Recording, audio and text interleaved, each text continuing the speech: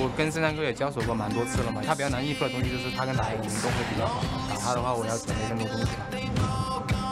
打帽子的话，看我想不想去支援我队友吧。我不想的话，他可能补刀会少一点。如果上路只要稳住就行了，我一个人。 面对 RW， 我会拿出最好的状态迎接来自下路的挑战。对 RW， 看他4把1打法，我们也不是很慌，因为我们也可以4把1。电竞冲进去，一个人在这边徘徊着，终于是找到了击倒，但是牛头怎么办？又被狮子狗跳了一脸，狮子狗已经打出一个3杀，这是一波 quadra kill。 他们打野的话很喜欢抢我们的 F6嘛，当然打我们的时候应该抢不掉。我有100分嘛，可以拿到你的。他来了，他会死的。 아마 머리 싸움으로 이기려고 하는 건 아닌데. 不管他说还是打野路线，我都有自己去打到他。下一赛我会 super carry 起来。上个赛季我们面对 RW 时成绩也不是很理想，再一次对 RW， 我们会捍卫 Snake 的主场尊严。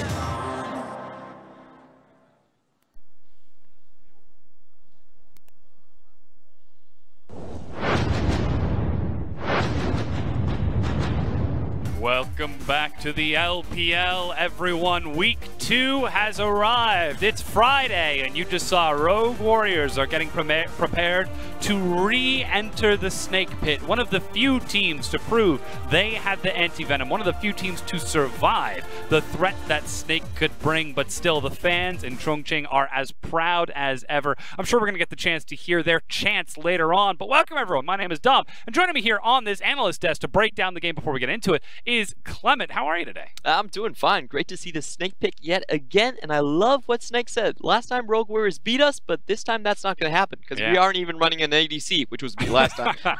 Yeah, well, we get a chance to see something a little bit different today. But before we get into today's matchups, we got to talk about what the English broadcast missed. On Tuesday, we saw Team WE taking on Fun plus Phoenix, going 1-2. Edward Gaming 2-0 over their opponents, OMG. Oh, and rough days for WE. Still haven't found a single series win, going down 0-3, despite Condi coming back and showing up some nice Baron securing skills in their first game.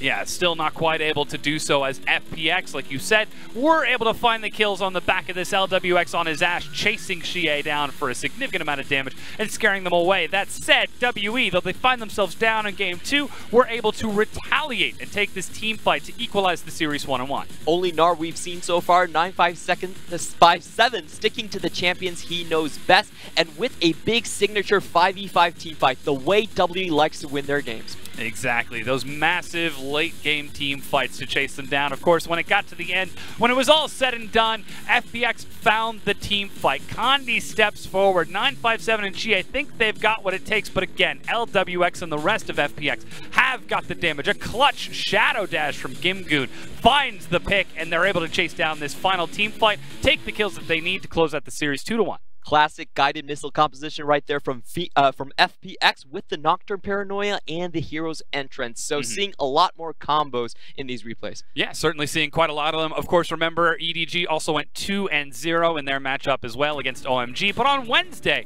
we had another 2 games that was for a relatively quick day. Invictus Gaming, 2-0 over Vici. Royal Never Give Up went 2-0 over Suning. IG going back to their tried and true aggressive bottom lane styles so far. We've seen the collective bounty composition with Pyke and Draven in the bot lane. They got 600 extra gold off of their first kill and snowballed the game so far that even when Jackie Love died first, they had no problem finishing it. Yeah, there was just so much damage. Ning and Rookie on that Lulu were able to follow up, and with the crowd control that Pyke provided, hooking Snow back in, they were able to chase down those kills nice and easy. Of course, RNG in their match against Suning. We got to see Uzi on his Kaisa, but all eyes should be on Xiaohu's Talia in the mid lane. Massive damage over the course of that series, though afterwards, Uzi got the chance to step up in Game 2 on his Kennen. Who let him on that Kaisa? I just have to wonder, but now to Game 2 on that Kennen, it's a great answer to a Master Retire composition because those melee champions simply cannot touch you at all. The big electrical storm keeping everyone away from it, and he actually finishes the fight with over 80% of his HP. Yeah, all the time we talk talk about the dogpile composition here in 8-11 of this patch of the LPL. But Kenan, excellent answer to just try and deny that. You want a dogpile, well, you're going to get stunned. But speaking of stunning, let's take a look at the the scoreboard where everyone is standing as we enter into week number 2. All eyes should be on the top of the standings. Invictus Gaming are coming out strong, 3-0. And the only teams that look to match that is Rogue Warriors and Edward Gaming. Of course, the Shy still not appearing on the Invictus Gaming roster, and Rogue Warriors having a fun time swapping toward the, traditionally speaking, weaker western side of the conference. Of course, Team WE, one of our favorites of the last split, has been suffering. We'll get a chance to see them play later today. They're at 0-3 in the standings, but still things have plenty of time to grow. It is only week 2 here in the LPL, so lots of chances to see them recover and return. Perhaps they're still looking for their roster to get fully solidified, but let's actually get into what today's matches are going to be. You saw it on the scoreboard as we were coming in, but let's actually get a chance to talk about it, because Rogue Warriors versus Snake looks like this might be the first team that could challenge Rogue Warriors' dominance. Yeah, we haven't seen a really strong contender against Rogue Warriors so far, only trounced over TOP and OMG. This is going to be the first real contest they face to split. And of course, WE get the chance to play later today. We'll see if they have started on the path to recovery, or if OMG are the ones who have set their foot out first on that same path. But to get back into this first matchup, Rogue Warriors is one of the most dominant teams in the LPL right now. They've not dropped a single game. They're 4-0, and every single team that they go into, they look absolutely smashing. And this is really surprising because they didn't look that good in Demacia Cup, and they were characterized as a one-track type of team. They only had the AD, the bot side, that was very strong. But I have to say, they've really stepped up in terms of replying to enemy compositions. Doinby has been given the last pick in both of these last 2 sets, and he's responded with his own counters to the meta, the Cassiopeia, going up against the enemy dive compositions, and of course picking the Kled to pick up the pace, his own signature pick. Yeah, and of course these stats are giving them some significant advantages in the game when we can see them take these powerful champions and slingshot them against their opponent. They are #1 in CS per minute, #1 in damage dealt per game. They give up the second least turrets, and they have a 100% Baron take ratio right now. Rogue Warriors are exceptionally dominant. Yep, and it does come down to responding very well. We just sat down with Coach Steak 2 days ago, and he actually told us the keys to the meta are understanding your own compositions and countering the enemy ones. So when OMG ran a full assassination comp against SMLZ, they just simply put him on the Karthus. And a lot of these games, when it goes to the late game, Rogue Warriors look like they're undefeated, invincible simply because of the compositions they chose for themselves. And with those compositions, they are able to effectively deny the enemy team. Again, we talk about the patch 8-11 meta. Gold funneling is such a popular strategy, dogpiling to just try and body one specific carry to eliminate them. You said Rogue Warriors have already identified the solution for that. Yep. Well, their opponents on the other side is a team that might be a little bit more willing to try something new. Snake, the mad scientists with SOFM in the jungle. If anyone's got something crazy and unexpected, it's going to be them. You can see they're starting on the blue side for this game 1. It's Flandre in the top lane, SOFM in the jungle. Guoguo mid with Houdier and Maestro, the 2 supports in the bottom lane. Again, Crystal nowhere to be seen, still not running in the AD carry, so we are going on our primary carry in SOFM for Rogue Warriors, Mouse Flawless, Doinby, SMLZ, and Kahlua. The same composition that they've been running the entirety of their team. So now let's get a chance to talk about this, because it is going to be quite challenging for Snake to bring down the dominant team right now. But if anyone can do it, it has to be Snake. This is the team that has all of the surprises, all of the unexpected tricks that they can pull out. And it's just amazing to see how many support mid lane combos that they've actually figured out. We've seen the Graves, we've seen the Olaf with the Armwrecker, and of course Babushkat with the Rengar, and Mastery coming out for their entire compositions. And all of that gold funneling does go to SOFM. He actually deals the most damage share on his team, and also the most gold share when compared to other junglers. You look at those stats, you realize that even though he's playing in the same position, he's on a completely different level. They're willing to run 3 or 4 supports and just get him to spike as early as possible in these games. Yeah, and those innovative picks work out for him. Here we can see that full crit Graves at 50 minutes into the game. 957 goes in, eats 3 auto attacks with 1,000 health shield, and gets absolutely destroyed. Here's the Babush Cat in action. I think I counted a grand total of 8 or 9 leaps over the course of this replay. SOFM, absolutely crazy with the stuff that he's coming up with. And if he has to surprise Rogue Warriors in this matchup to prevent them from responding to Snake's wacky style of play, what are we looking forward to? Is it going to be another Babush Cat? Is it going to be an innovative build path? Or will we be looking towards this funneling? The cool thing is that they have 4 types of compositions that run this on this kind of philosophy, so there's no way to ban it entirely out. However, that being said, Rogue Warriors have been exceptionally good at countering the support mid. We've seen it before. Yeah. 2 of the big things that they do is that they rush Tiamat on their jungler, make sure that they can keep up the clear speed, and most importantly, they do challenge that level 1 incredibly hard with Doinby and Flawless. We'll see if that works out for them. Now, though, it's time for our casters to get us into this game 1 between Rogue Warriors and Snake. Oh, hey! Thank you so much, Tom. I'm Boss.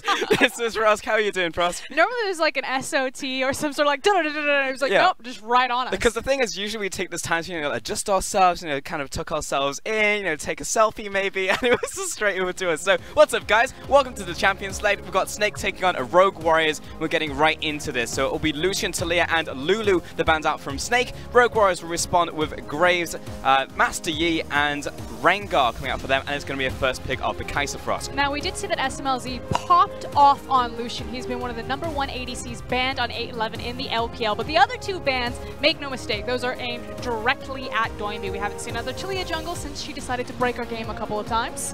Yes, indeed, that did happen. On the opposite side, we're going to get Rogue Warriors first picking the Olaf, followed up by the Aatrox for the top lane. That's going to be a fast response coming in here from Snake as well. That's going to be the Morgana, and I believe that's the Karma just straight up locked in as well. Yeah, we are going very fast and furious. Now, that said, a lot of flex champions happening right now. In fact, I'm not even ready to just grab hold of the Kaiser and say that that's going to go into the hands of Houdier. Now, reminder, Houdier and Maestro, if you have not watched Snake Esports, these are 2 career support players. That is not a marksman. Snake Esports are the first team globally to bench their marksman player and play with this dual support lineup. So, again, tons of flex picks, but that tells me that Kaiser could also end up in SOFM's hands. We've seen him jungle AP champions before, like his famous Malzahar jungle, and AP Kaiser has been the norm in the LPL. I mean, Snake are just adapting well to this meta because they are the innovation team, and this is the meta for them to do it. As you said, no AD carry just going straight in with these supports at the same time.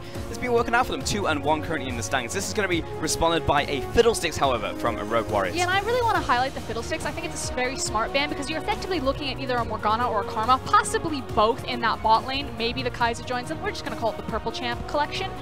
Fiddlesticks can deal with that. He can try to survive a lot of the push. He offers a lot of kill pressure on these champions. And he actually does fairly well into Morgana. So I feel like this is just kind of a catch-all safety pick that they've grabbed hold before they start to see where Snakes start to align a lot of these pieces.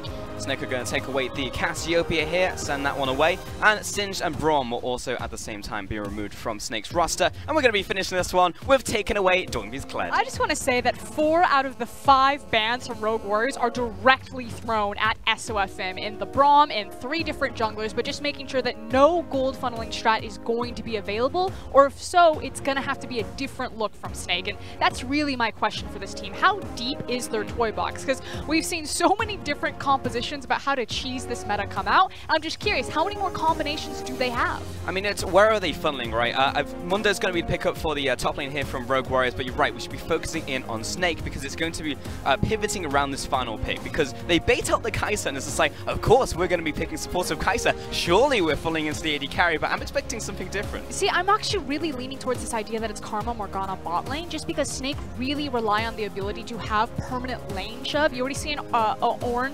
Now we're going to have a Nautilus on top of it. I've seen Nautilus mid. Hold on, it's not locked in yet. I would assume it would go into the support position just because he started to crop up there. But the main thing to look for in Snake is that they constantly want to be pushing their lanes forward to open up space for SOFM to blitz into the enemy jungle and try his counter strategy. That's what you would have to assume for sure. Karthus is actually going to be the final pickup here from Rogue Warriors, and not with his partner in crime, Nunu. We're actually going to have this one by itself. Let's see where all the picks go in the end. We've got some swap-ups. Frosk is raising both arms in the air in victory.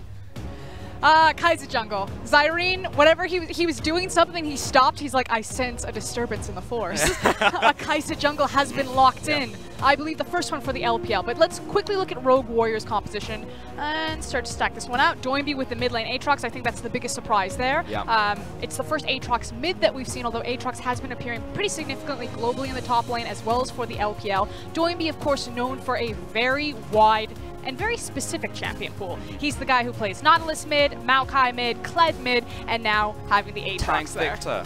Yeah, he's a big tank player, and it's about how he uses more of these tanky, unconventional builds to help bolster his team's team fighting ability, because again, it's usually all around SMLZ as your true hyper carry of the team, and on a Karthus, he can deal out a lot of damage. And Rogue Warriors is a team that will let him do just that as well. They're never going to say, no, Doinby, that sounds too crazy. They'll just let him do it. Snake's behind him as well, and Snake's like, heck yeah, pick that Aatrox in the mid lane, let's do it. And on the opposite side, they're against a team who will equally do the same. You have SOFM in the jungle, who is absolutely the mastermind in this current meta. He is the guy who's throwing out all these crazy pigs, telling people where to go, what to pick, what to do. And now we have both of these two teams colliding here today. If anyone ever asked my opinion of who you should watch in the LPL on 8-11 with all of the jungle changes going through, my immediate answer was Snake Esports. You have to watch SOFM. This guy came from Vietnam in the VCS region. He played with Coach Tinnacun, the same coach that Coach Levi, and the strategy always was, how do you break the meta through experience, through gold, and through denying? The coach came from Dota. SOFM is trained like a Dota player. We don't have denial aspects in League of Legends, save for the jungle. Yeah, deny, deny, deny. That is what Snake are after, and it's exactly the mantra that SOFM plays up to. Let's take a look at the comps one more time. So we've looked at Rogue Warriors, but again, shift our focus over to Snake, because we've got that Kaiser in the jungle, the double support setup with tank in the top lane, tank in the bottom lane. So all of this is set up for, again, SOFM to succeed. And now we're onto the rift with Snake versus Rogue Warriors.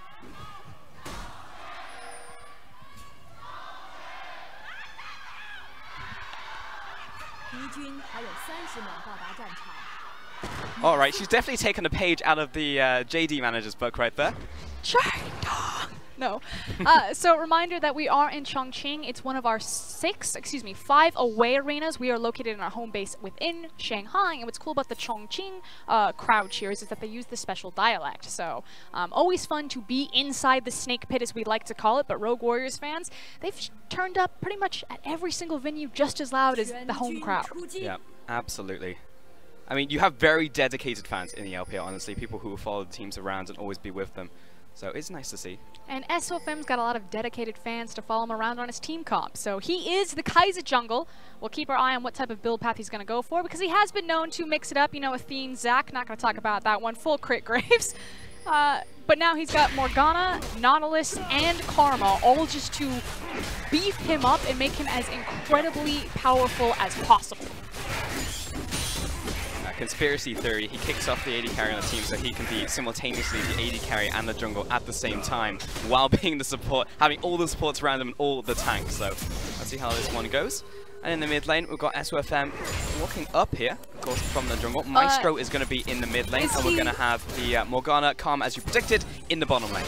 Is he walking up, or is he just farming? This is what I actually really love about the 8-11 meta and the gold funnel strat, is I believe NA has decided to coin it, and Reddit has now just run with, is this idea that ganks don't really exist on mid lane anymore. You actually just show up, you take the camp, and then you immediately pick up your mid laner, as you can see, holding hands with Nautilus right now, and like, this crab is mine. And then after we're done with this crab, I'm going to walk into Flawless's jungle, and I'm going to see what else I can take. Yeah, it's also really important just for Nautilus to step up and CC the crab, so that SOFM obviously has less resistances on the target, can take it down faster, and then he can transition back towards the mid lane. Yeah, and reminder, the big thing about all of these champions on Snake's composition is their ability to press waves forward. Of course, Nautilus, usually when he was in the top lane, he would sometimes take his shield first and then just try to out-trade you with the passive on his auto attack and then absorb with the W. I believe he took E first. I can't remember quite when he walked into the lane, but using his Riptide to force it forward. And then, like you said, Karma, Morgana, bottom. I can't think of a more obnoxious lane to try to push against. Oh yeah, I can. Fiddlesticks Karthus. Yeah, it's definitely very annoying. Birds coming into silence here, and at the same time you get slowed and then you get pebbled. And it's not good times for anybody. You can see some of the stats actually coming in for Summer so far for these two teams. Lots of first places you can see. damage per minute there over to Rogue Warriors. Going to be first place in wars per minute as well on Snake. To be fair though, the damage per minute, it makes sense that Rogue Warriors would be first in the league.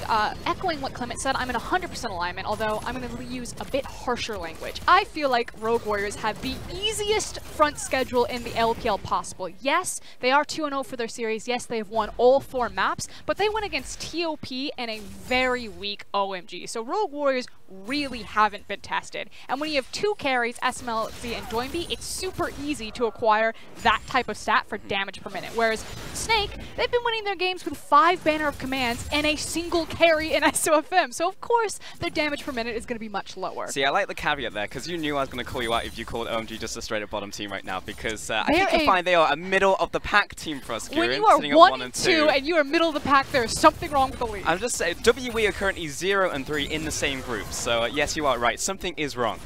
Did I say anything about WE? No. We're going to talk about Super Carry Doinby. So the reason why we call him Super Carry Doinby is you heard it in the interview at the top of the day, and you'll hear it every single time Doinby does step up and get interviewed. He knows that he has that power in him, that fire, and he can step up and be Super Carry Doinby. He can, and when we see it, he just absolutely goes off. Last split, of course, taking 3rd place over a dominating Invictus Gaming. And I think one of Doinby's most incredible achievements is when he actually got MVP for Spring back in 2017. And he did this on JD Gaming. And if you're listening to this and you say, wait, who's JD Gaming? Because you only watch the LPL once every 6 months. Exactly.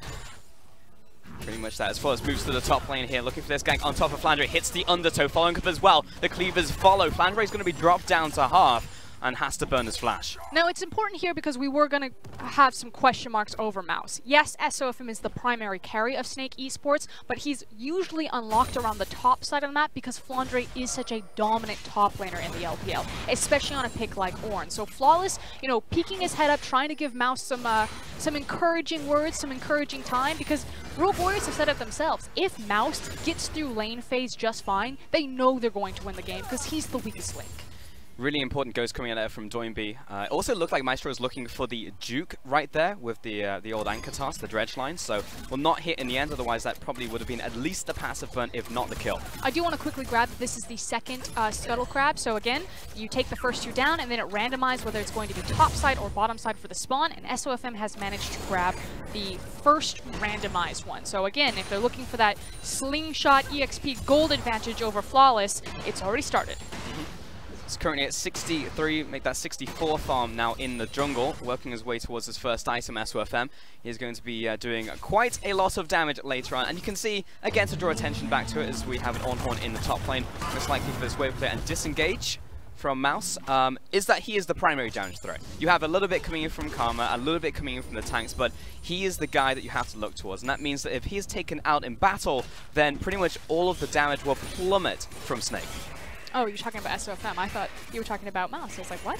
No, SOFM. Yeah, absolutely. SOFM is everything for this composition. I mean, that said, people always misjudge this. When they look at Karma, they're like, totally support champion. She's going to build a Fiend. She's going to have an Ardent Censer. She's not going to do anything. It's like, no. The games are actually ending, you know, around the 25 to 30 minute mark, and we've seen a lot of more AP itemization coming into Karma's build once she's past the, you know, initial support itemization. She hits like a truck because the games aren't going to 55 minutes anymore where Karma's damage starts to fall off. So, yes, SOFM is the heart and soul of the composition, but Karma can still do some work. Don't sleep on Karma, yeah.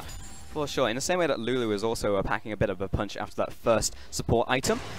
But again, let's take a look at this bottom lane, Trask. I want to talk about it for a hot second because we haven't really had a chance because everything was been happening on the top side of the map as Doinby is looking for a small invade here.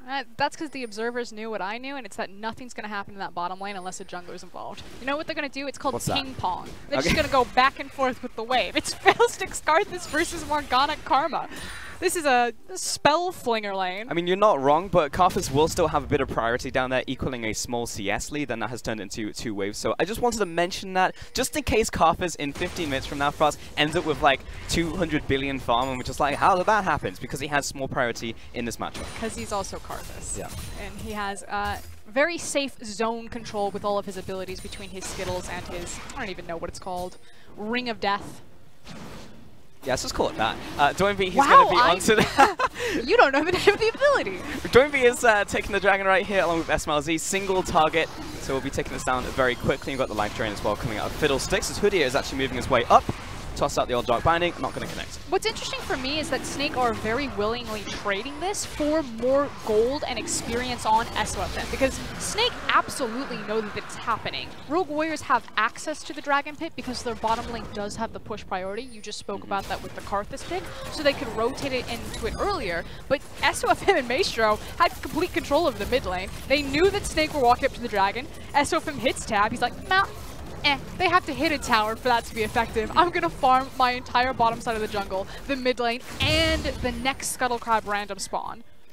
I think this is one of the most intense funnels. Sorry to just completely segue away from you, but this is one of the most intense funnels I've seen on a single person. It's on topic. I was just talking about SOFM. Sure. They basically traded Mountain Dragon for another, I don't know, 20 CS, 30 CS on him. But this is just like going from the jungle, going back to mid lane, going to a camp, going back to mid lane, and just watching the way that the team interacts around this, the fact that Maestro is setting up for it, he's placing down vision, he'll handhold when he needs to on certain camps, when Kai'Sa will take damage from melee camps. It's just fascinating to watch. And a reminder, you know, SOFM was discovered and coached by Tenakun, the former coach of Gigabyte Marines, again, also the guy who discovered Levi and brought him up into power. And Tenakun came from Dota, and his mentality was, how do you deny in League of Legends? Because you can do so in Dota, and the only way to do it is inside the jungle through counter jungling. And so when you understand that context, SOFM makes so much more sense, because he's all about the Krug camp, he's all about the Raptor camp, he's all about finding that rhythm and contesting everything and slowly building these massive leads over your pivotal point in jungle, and then once he has the lead, he just walks in and takes whatever he wants. And that's the pivot point that Snake like to use. And in the 8-11 meta, in a gold resource meta, of course SOFM was going to be a superstar. Yeah, and obviously that mentality can sometimes come back to bite you as, yes, on the horizon there's a potential Kalua gank in this bush. He's sat on the controller, but it's not going to happen. They're pushed too far back. I was actually talking to Darryl Lim, a caster from Singapore who used to cast SOFM when he was playing back in his own domestic region, not the LPL. And on his previous teams, SOFM actually would always take blue buff. He saw blue buff as his objective, not the mid laners, to the point where over time it conditioned his mid lane to be like, blue buff's up for you, SOFM, and would then go and help SOFM to take his own blue buff. So he definitely has that mentality, but now he's in the current meta where it's actually very effective for everything to be funneled into him. Yeah, but while everything is being funneled into SOFM, Rogue Warriors aren't just sitting back on their hindquarters. They're a team that really like to force plays. I love what they're doing right here. So the Banner of the Command was completed on Olaf. They walked down once they had a big wave stacked. Of course, like you said, Karthus has been in primary control of that. It's just been going back and forth. And they decided to just break the lane phase and force it down. Oh, connects the slow right into the killer instinct as well from SOFM. That's going to be first blood over to the carry for Snake. And here's the thing, if this was any other LPL team, Snake would have seen what Rogue Warriors were doing and they would have tried to match it. We would have had a massive skirmish. I mean, it's 11 minutes into the game and only a single kill. People are like, this isn't the LPL. I came here for the bloodlust. Snake are a team that prefer to trade objectives. They see you make a play and they set up a different play opposite map. Here comes the Terrify right into the early Requiem coming down from the Karthus and Maestro. No escape from this one. Flawless will connect the kill. Because the issue is that because Rogue Warriors force first, they've got the tempo advantage. So yes, Snake went for their stereotypical trade objective top for bottom, but Rogue Warriors, they read the situation perfectly. They now continue to snowball their momentum and have access on this top tier tower and lose nothing in return so far. Yeah, push and pull, push and pull. Rogue Warriors will push into this top lane, however, and take this one down. But again, the tempo is absolutely over to Snake in this one. And this one should be falling. So I do want to talk a bit about the composition and exactly what you were just saying for us about the objectives and how Snake will prioritize them. From some of the games and the ways that Snake have played, they're actually getting surprise kills that they will transition into objectives. And that is usually based off the compositions and the changing composition they play from each game to each game. And specifically talking about the Bush Cat in the mid lane, the 2v2, the fact they are able to surprise. It's over. The Fiddlesticks and yeah, bit of a miss right there, but the anchor toss will go right against the wall into the depth charge, and SMLZ will 100% go down in the mid lane. And there's that surprise kill that you were talking about. This fact that no one thinks that they're going to die right there. It forces out the flash, but because it's Karthus and he has the ability for his passive, he's able to clear out the wave, and Snake for once don't snowball it into some sort of objective. Although they are looking skirting at around Herald. at the very least, it's a minor objective, right? It's vision for a potential Herald setup. No, they're still going to try to force. You might be right. They might push in this wave and look up there. Guogo has even pushed out his wave and is moving towards the area as well. They might actually just be waiting for crab vision. No, it's down to half, so we'll see if they just gun it. Yeah, they are. They're just trying to read what Rogue Warriors are doing. Again, if you had to kind of take a word with Snake, usually we say innovative, creative, the mad scientist, but they're also a very reactionary-based team. Edward Gaming are the type of team where if you give them time and space, they like to make plans on the map, you know, 2, 4, 5 minutes in advance. Snake, yes, they're about trading, not so much about the bloodlust, save for the kind of these hit and run type of skirmishes. Smash and grab. But it's very much, like you said, that tug of war, that ping pong game of just reading your opponent and then quickly, like a snake, darting back and forth. Exactly. But they always smack the ball back with more power. I think that is the difference with Snake, where it puts the enemy on a defensive, having to think about how they want to approach the next scenario. SMLZ has now moved up to the top lane. He's going to get this wave to himself and also be simultaneously protecting his low health tower. And I do want to say this, we haven't really talked about it quite yet, but pay attention to Rogue Warriors' lane assignments. They actually did a very cool thing where Doinby was the guy who rotated up to the top lane to help them secure that top side tower, and it was Mouse on a recall that came into the mid lane and held the structure, which is why it's technically still standing right now. So it seems very simple and very basic, but it does mean that Rogue Warriors are constantly getting funneled gold on at least 3 members on their map, and do stall pushes like this, which now Snake's going to force with the Rift Herald. Yeah, quick hit on the fact that was the most alpha drop on Shelly I think I've ever seen in my life. Right Walks up to the tower. tower, starts activating. Fiddlesticks is off map, not on the ward, has ult, has Terrify and Flash, and he's like, I'm just going to step up with my Nautilus off to my side. So good stuff there, paid off in the end from SOFM. We'll take mid lane tower. Now Rogue Warriors are going to react with this dragon. And reminder, Snake know exactly what's happening, but they're prepping the 2 waves, or the 2 tower waves right now. So it's Ocean Dragon, that's fine. We're going to trade the top tier tower for it. We've also still got priority on the mid lane with an exit strategy towards the top side of the map, because Morgana has now covered it in vision. So if Rogue Warriors didn't respond, it was also going to be the mid tier tower. So Snake, they're totally fine giving up these dragons. They are doing so intentionally. It's now just a question of, are they actually getting their bang for the buck? And we're going to find out in about 10 minutes. See, Snake are the type of people who hang up their fairy lights like 6 months early, right? It's like, what, June right now? You say fairy lights, and it took me a second to realize that you meant Christmas lights. Yeah, that's what we call them in the UK. But if you look at the upper jungle, it's lit up like a Christmas tree. So Snake are well ahead of the curve, looking to transition, using that one towards top and the middle lane. And now we've got SOFM, Maestro, and Hudia actually moving into this to just pivot around. I'm never going to call them Christmas lights again. They're only going to be fairy lights. Yeah. I wonder if that's only a UK thing. I guess I'll have to find out later. Kalua in his jungle now is going to be setting up some of these camps and actually primarily trying to take away some of this vision. Gonna hit this guy's blue and unfortunately put it in the one place. This guy's the worst at battleships. The one place where there are no wards.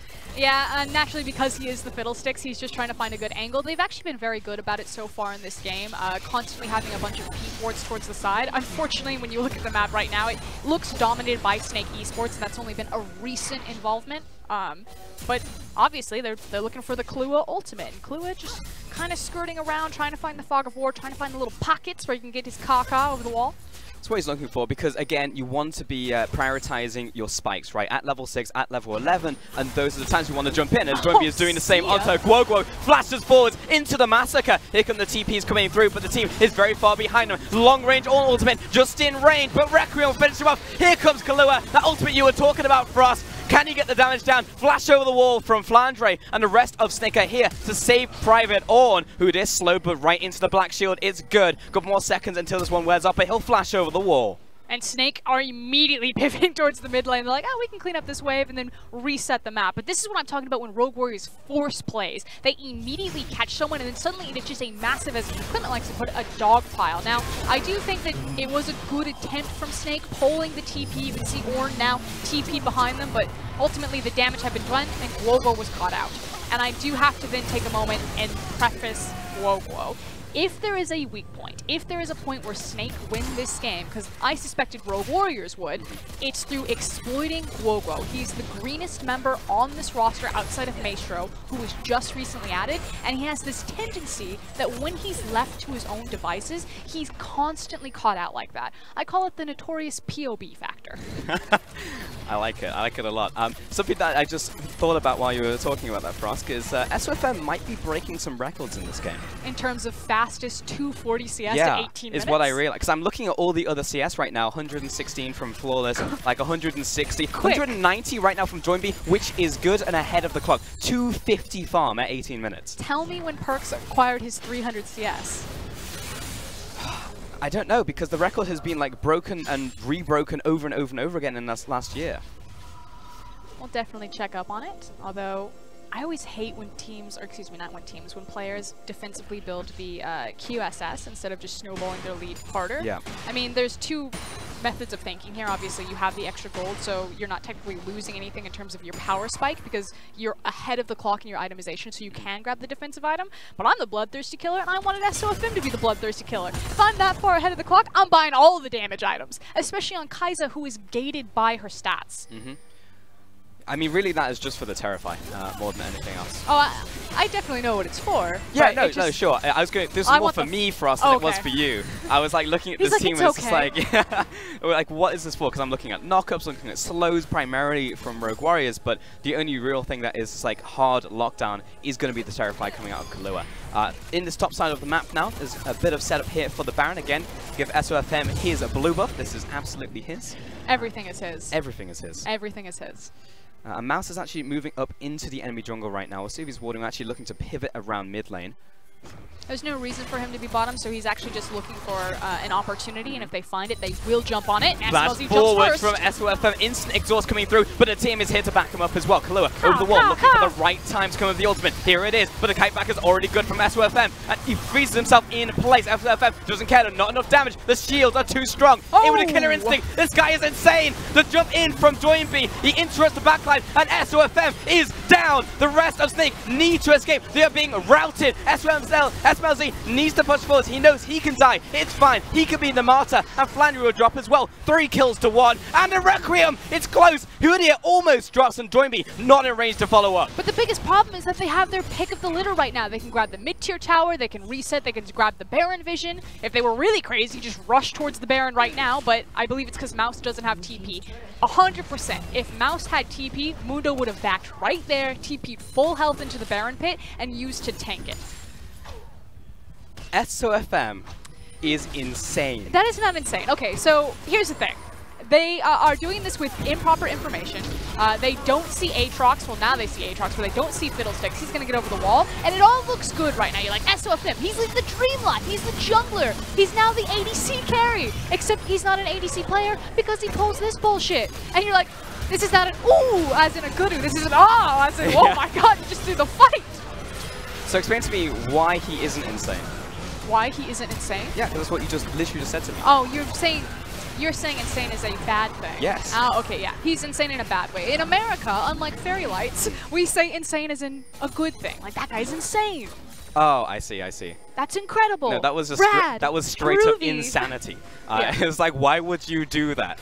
But it's hype, and I like it, because now they collapse instantly onto Mouse, who actually carves into his own HP with a sadism. Is it enough to keep him alive? Absolutely not when you have SOFM on you. Joinby jumps in, but the rest of the team not reading from the same hymn sheet.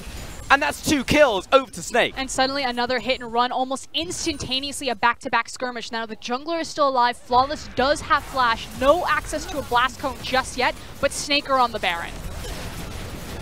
I think there's going to be a contest on this one. Flawless does have his flash. He's coming around. He wants to contest it. He's just trying to come from a side where they won't spot him. Fair. He's hiding in the shadows currently. It's down to around half right now from Snake. The recall coming in. This is going to be a one-way trip here from Flawless. Can he time it correctly? The control ward over the wall. It's removed. The weight coming in from Snake is huge. The mistiming Flawless. He doesn't know. The flash over. Oh my god! He still gets it. Snake, the gamut was red, and Flawless steals the Baron. He did that blind. What in the world? They see him. Pulse, looking behind the Baron pit. They had a ward. They saw him standing there. They knew he was there for like 6 seconds. No, that's why they paused on the Baron. They were trying to screw with his internal timer because they removed the control ward and then still had it stolen. You want to screw with his internal timer? Flash the wall and beat his brains in. That was unreal. I cannot wait to see this replay, Frosk. Woo! And here it is. Take it away. Okay, so Flawless thinks the Yaz have been spotted. He's walked through that brush with his sweeper, so he believes it's not warded. They see the ward come over the wall, so of course Maestro is going to pop another ward into that brush, which we cannot see because of our observer's vision right now, but it's there. They see him. Like you said, they stop hitting the Baron because they're trying to mess up his counting. He flashes in anyway and takes it. Or, you know, you could just walk around and chase him away. How did he know? How did Flawless know to flash late? Because he didn't have vision. You're just counting. No, I know he was counting, but that was, they stalled for 3 seconds. I understand, but the answer is, there's no answer like he's a premonition, he could see through walls. It's just, he was just counting and guessed correctly. I guess so, man. That's something I need to rewatch like 5 times to figure out what happened there. But I'll tell you what happened. Snake messed up. Yeah, okay, that's the simple version. Yeah, and I'll take it for now. That's the Spark Notes. Yeah, okay, I'll take it. Flawless though, with this Baron steal, converted into so much for Rogue Warriors. Pushed right into this mid lane. 2 towers now knocking on the front door. The issue now is the fact that in the bottom wave, I think that's a promoted minion. Yeah, it's pushing away from them. So the most that Rogue Warriors can do is push in this mid wave and rotate to the top wave that's built. Unless they force a fight. And again, Rogue Warriors love to force things. Immediately the banner of the command grabs hold of the cannon. They've got the Baron. And if they kill someone, it doesn't matter that the wave is pushing against the bottom because they will snowball that just so much. So Snake, you need to be a bit patient here. Just play red zone defense and make sure that this Baron doesn't bite them in the ass because this was such a pivotal moment in the game to lose it. And if they can get over this hump, another shot at winning this game. Very important blue buff right here from SMLZ, picking that one up. A denial from SOFM, but B, if they're in a siege situation, you want Karthus to constantly be throwing out those lay waves and being the one who can clear the minion waves and also harass at the same time. Looks like though Rogue Warriors are going to back away. They need to deal with this bottom lane wave, so they're sending Karthus, they're sending the Olaf down there to do so, and maybe look for a second push with the rest of this Baron. Yeah, and Snake Esports have weathered the storm effectively. Now, again, if we're thinking about hyper-scaling compositions and what will happen if we do reach that, you know, fabled late game that we really haven't seen in the LPL or on 8-11, is that was going to be a battle for the ages. Bannered up cannon minion versus Karthus. Oh, it's all good. I mean, we're on present patch now. It's not as bad for AP casters as it was. Yes. Before, yes, that would have been very sad. You can tell how much League of Legends I've gotten to play. It's the curse of being in the LPL when you just have game after game after game. You're like, I wish I could experience a game eventually. Yeah, that would be nice. And it's funny, I know you were casting Asian games the other day, right? So that was also on 8-10. But either way, we've got Rogue Warriors now pushing into the bottom side of the map here. And looks like Doinby's looking for this deep ward. Yeah, I'm seeing lots of pings go down. And what that tells me is there's potential for A, for them to clear out the jungle, but B, maybe to look for a trap. And we really just have to look at the compositions. And it seems obvious, we're going to say it anyway, if SOFM dies, Snake will lose. And so now you have to look at all of the dive tools, or all of the tools that Rogue Warriors have to kill that guy. First and foremost, it's Kahlua. And again, it's not really the damage from his ultimate, although he does have his Zanya Hourglass now, so he will be able to get back there pretty safely. It's more so making sure that he can chain some sort of hard CC, either through the Fear or the Silence preferably, but he's competing against Houdier's Dark Binding. Doinby obviously has the Dark Flight, so he can get back down there. We saw that last time. Team didn't follow up, he insta-died, and no one can stop Flawless. So theoretically, there are so many tools for Rogue Warriors to just screw over SOFM in a backline. Karthus ults, Olaf flies in, Doinby's literally flying in, but they need to do it all together, and that's really what we haven't seen from Rogue Warriors. Their team fighting this game so far has been rather poor. Yeah, also what I'm looking for in these fights is Kahlua to place down that Terrify at the right time on top of SOFM. Because there's going to be a split instance unless SOFM is literally frame perfect with his QSS for them to actually screw with his positioning. I think it would almost be more beneficial for Kahlua to aim Morgana and make sure that she doesn't get the black shield. Exactly. If he can just tie her up somehow and make sure that SOFM doesn't have access to that spell, I think that should be his only responsibility versus trying to find the perfect ultimate. See, the big mind game here would then for Houdier to pick up a QSS himself. And be like, okay, who is it going to be? Who's the one Terrifier going to go on top of? And we actually take a look at the gold totals. Karthus sitting on 11,000 gold. Same for the Aatrox in the mid lane, but 13,000 gold out from SOFM, the quote-unquote jungler of the Snake squad. But that's still a huge gold advantage towards Rogue Warriors. You can see it in the top side of your map, and again, it's because they have multiple carry threats. And also the ability to play side lanes. Snake's composition really doesn't function very well in side lanes by itself. Yeah, Ornn's going to be fine over there, and they can use Kai'Sa as a swing point, especially with her long-range initiation potential with W. But otherwise, they need to stay grouped up. If Rogue Warriors ever don't want to group up, they could. Follow the Forge God, hits 3, but the team isn't here just yet. Mouse is getting carved up, though, by S2FM. Pops the ultimate way too early. Here's the Fiddlesticks ultimate. Doesn't have enough damage, though, because he is dying very quickly. And S2FM, watch him right now, because he's kited back, and now he's kiting forwards. Takes down Doinby, takes down Fiddle. He's removing everybody from Rogue Warriors, and Snakey's on the chase. He's tying up Flawless. Much better execution this time around from SOFM. And like you said, Flandre, he's just going to play with Flawless. Flawless is trying to drag the creep wave, so there's no creeps coming up behind Snake for their mid lane push. But you can see they immediately pinged the top side and they said, okay, you can have our mid lane. We're going to take your top. Setup is what happened right there, and now this will be a top wave push. This is a meaty minion wave as well, so Snake should be able to push this one in, but look for the early recall. Baron is spawning in 25 seconds. Yeah, that's the key there. It's the Baron spawning in 26, so they want to make sure that they can reset, use all of the gold that they just acquired through those kills, walk towards the Baron pit, and start cleaning everything up. Now, all eyes on SOFM. He doesn't go crazy. He actually uses the ultimate in a similar way that Uzi did at MSI to reposition himself to dodge a lot of damaging spells. But yep, there he goes, right there. Doinby comes in for the Dark Fly, SOFM just repositions himself towards the side, and no one is touching him. And again, Rogue Warriors teamfight has been such suspect this series. They are constantly getting engaged on when they need to be the people who hit first and actually make something of Mouse's HP bar, because that guy was dead before he tanked anything. The thing is, for us, is the fact that Snake are actually focusing down Mundo first. This has happened 2 fights in a row right now, but not going to get time to talk about that because we're looking for a potential engage. Here comes the onwards here once more. Mouse on the front lines. The worst scenario right now for Rogue Warriors. Olaf goes immediately into the Ragnarok. They want to burn this. But unfortunately, Snake back away. They know they've burned the ultimates, they've burned the TP, they are good. And they learned their lesson from the first Baron. They're not going to take a 50-50. They want to find the pick, they want to find the team fight, but need to be careful because their vision line needs to start creeping forward. You can already see the Kahlua was trying to hide around the corner. And you're probably saying, Pulse, why are you saying it's a bad thing to for Mundo to be focused first? Because you're like, surely you want the tank. Because he has to pop the ultimate early, which hurts his own HP bar, meaning he doesn't get the full duration of his ultimate, and SOFM can burst him down single target. And that is what Snake have been doing fight after fight after fight. It's also the fact that they're just not making use of Mundo's massive HP bar. You know, if he is dead before anyone else in your team has managed to put any damage down on the enemy team, you're not tanking, you're feeding at that point. Because a lot of Mundo's damage in teamfights comes from the fact he survives until the end, with the fact he has Burning Agony. This time he doesn't have the Sunfire cape, but usually he hits very high damage numbers because of that fact, Ross. Also recognizing that he has Warmox as well as Spirit Visage in tandem with his natural hit, so burning him down and making sure that he dies without getting to exit the fight and heal back up. But here we go, round 2. Round 2 indeed. Ornhorn once again knocks up Mouse. Can we get the focus though? Here comes the dredge line and Doinby and Kahlua. They've pretty much just run away and said, Mouse, you're on your own, mate. But he actually opened up a lot of distance. Kahlua. This is perfect. Here comes Kahlua, trying to separate the fight. SOFM trying to make his way in, but there is a wall in between him and the target. He wants to hit. Flandre taken down. Great Q coming in from Maestro. Managed to snipe off Kahlua. That turned into a 1-for-1. It looked good for Rogue Warriors for a split second there. Like you said, the Fiddlesticks ult coming in, splitting up the fight, trying to separate the pieces so they could burst someone out. But ultimately, Rogue Warriors' composition really doesn't have the damage at this point in the game. It feels like they're not hurting anyone.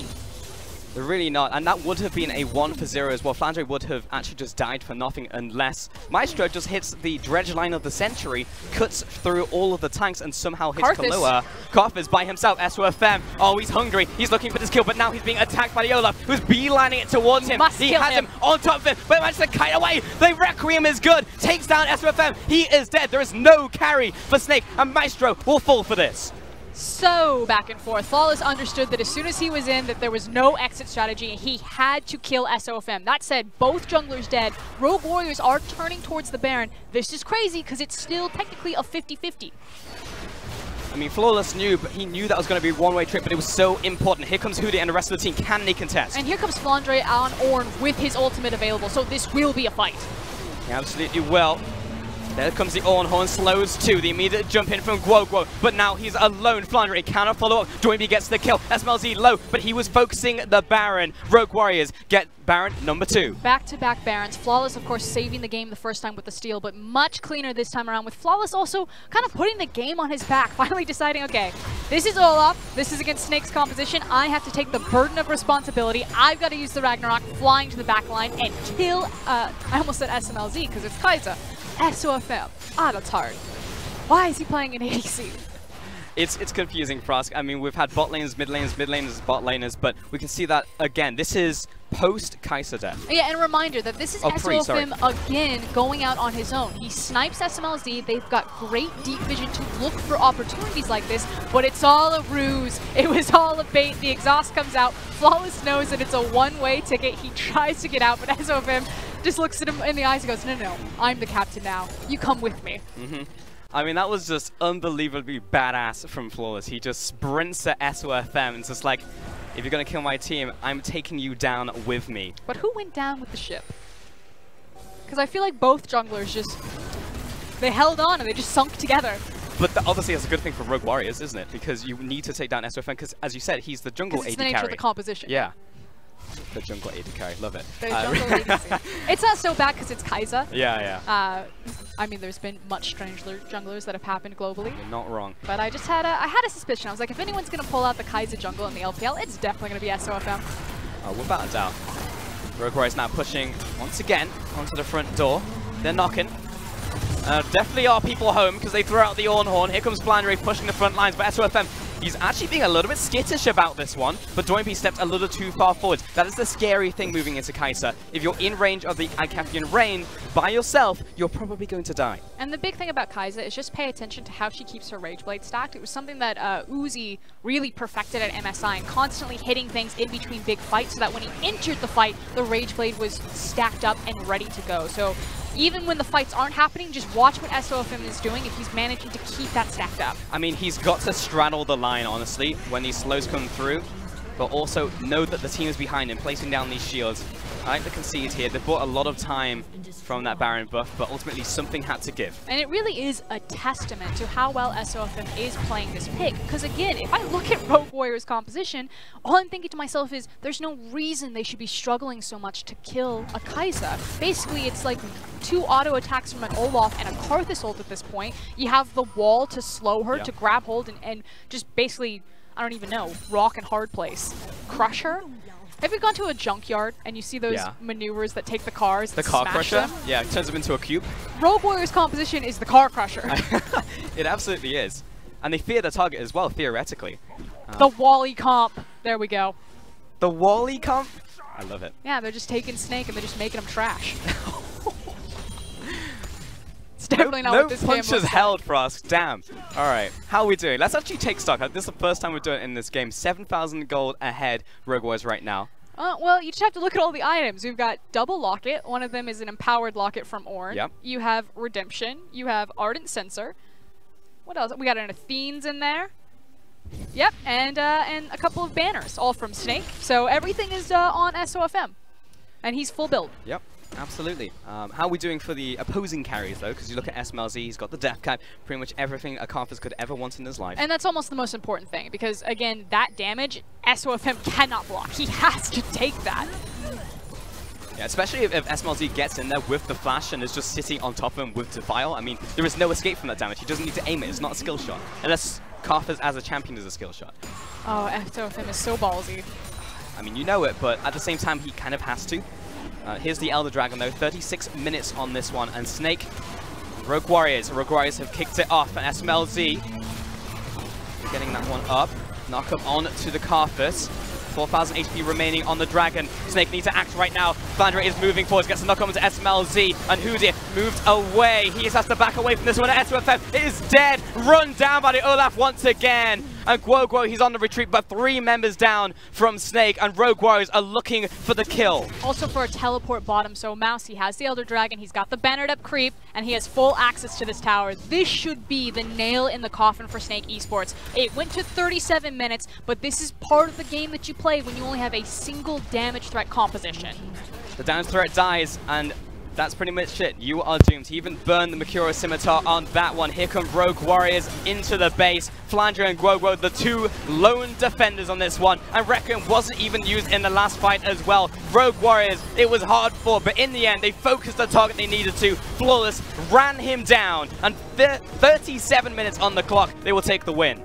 And if Flawless doesn't get MVP for this series, I'm going to be very disappointed. A clutch Baron steal over the wall that he did blind. He then also shuts down SOFM in the second fight to take Baron number 2, and then pulls the trigger, grabs the Elder Dragon, and turns and kills SOFM again. Flawless is the MVP, hands down.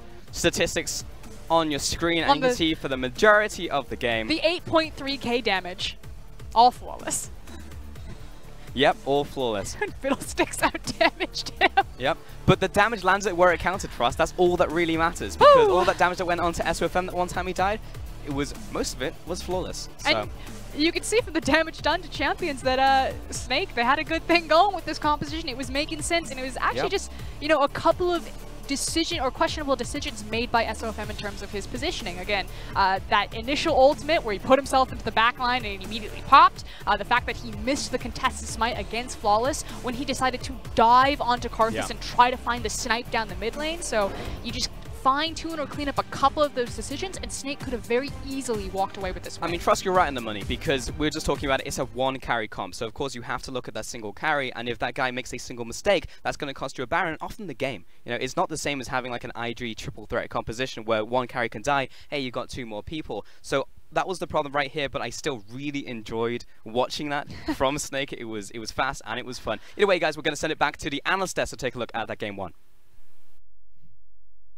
Thank you so much. And it might have been fast and fun, but that game was not Dominion. That was patch 811 with Rogue Warriors getting a read on what Snake wanted to do. And Clement, we had that picks and bans. We were going through that like, okay, we've got the Kai'Sa, Morgana, that's probably going bottom lane. It seemed like that was the juke that Snake set up in the beginning. But then immediately when we saw the next pick right afterwards, the Ornn and the Nautilus, you and I spent a good 30 seconds trying to figure out who actually goes where until we settled on that Kai'Sa jungle.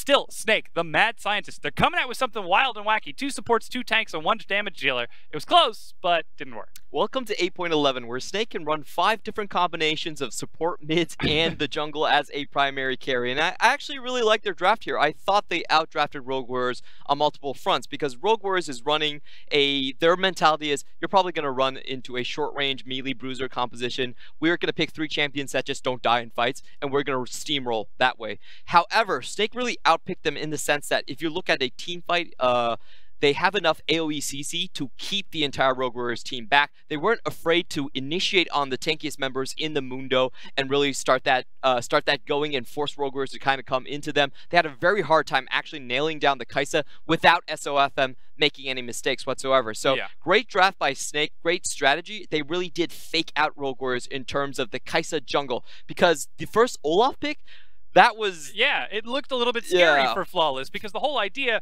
with the Kai'Sa jungle, with the strategy to beat the gold funneling is before the jungler has items, the mid laner doesn't have any combat stats, so your jungler wants to invade and try to bully, try to get those camps away to prevent that sort of gold funneling strategy. But like you said with the Olaf, we saw Banner of Command rush from Flawless. He played it almost passively. Yeah, there was a so the Olaf pick was actually, I think it was geared more toward Kai'Sa bot lane. That was what they were thinking for. They didn't think about the jungle necessarily. And if you look at this draft, if you know it's going to be a Kai'Sa jungle, you're most likely going to go Camille instead of Olaf here.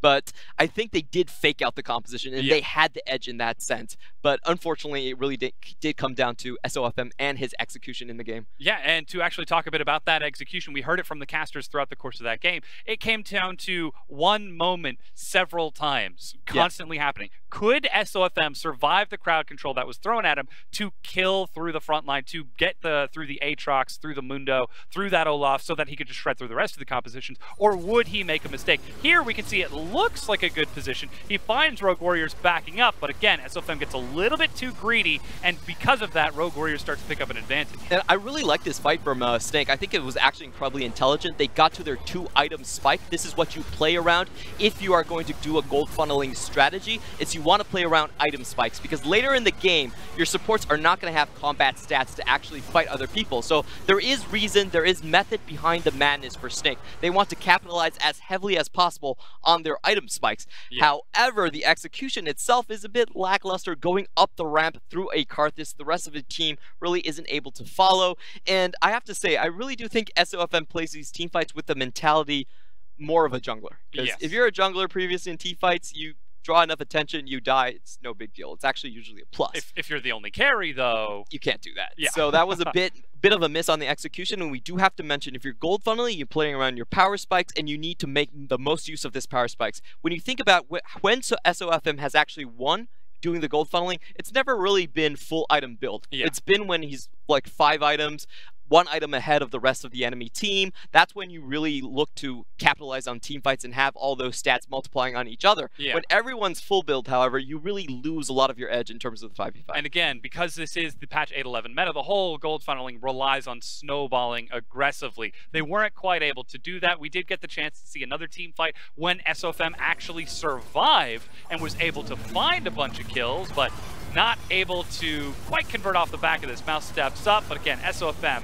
if he just stays alive, it seemed as though Snake won the fight. Yeah, and if you look at the gold graphs right here, this is the power of gold funneling, because your carry has a lot more item advantage compared to the enemy team. They don't necessarily have the defenses to really stick through, and you could see the composition from Snake. No one could touch SOFM. He was actually only hit by the AoE from Aatrox that entire fight. And he was able to clean through the entire composition. So it was a really well thought out strategy by Snake. Unfortunately, they only failed on the execution. So they just need to make sure if you want to snowball hard, you still have to play fairly carefully around those power spikes. And this is something that we always have to laud about Snake, is this is a team that knows their strengths and weaknesses. They aren't discovering anything, well, I mean, outside of the crazy strategies that they cook up, they aren't discovering anything new when they come into these games. It's just about execution. It's just about sticking to the strategy to make sure that they can actually close out the game. SOFM tried. He got very, very close. He did not succeed. We do have that last team fight as well to illustrate once again what happens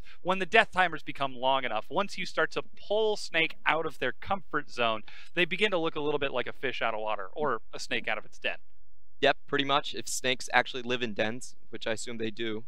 I thought they lived in pits, but onto the replay. Pits, yeah. Sorry, before that, we've got SMLZ. We'll take our MVP for that game on his Karthus performance. Able to get the outplay. Calm down, Frostgird. Calm down. Able to get the outplay onto SOFM. He saw the one-on-one, and he's on you. I actually agree with this because he outplayed the point where Snake had the largest power spike. The Baron was important. It delayed the time until they could basically power up their carries, but that single play really held back the entire wave of Snake for quite a long time. And when you got a full build Karthus, you can actually take 70% of the SOFM's HP down in the late game. Yeah. There was no way he was going to survive like Mundo and then with 30% health and still be able to fight in that team fight. So, you know, he was the ace card, the last closing bit in the late game to ensure Rogue Warriors' victory. Yeah, a very successful performance from SMLZ in order to take that MVP, though as we talk about this is, again, Rogue Warriors respecting the stylistic 8-11 changes out of Snake, seeing something, getting a little bit surprised, but able to respond in time. Clement, what do Snake do if they want to bring it back? We talked a little bit about that surprise factor being so important before game one. Well, they showed us a bit of a surprise, but they weren't able to close it out. So, I think the big thing about gold funneling is not really about how fast you can clear. It's about how much you can keep the enemy jungler down as well. So if they want to win this, they need to have more solid control in the side lanes and then bring that into counter jungling. Rogue Warriors was really smart about their item builds and countering that because they built a 9-minute banner of command to deny any chance that SOFM was going to snowball off their own jungle, which was incredibly smart. So it does show that they understand the dynamics of gold funneling, and Snake just needs stronger side lanes to support that. Well, we'll have to see if Snake can bring it towards us. We're going to go and take a quick break while we get ready for game 2 between Snake and Rogue Warriors.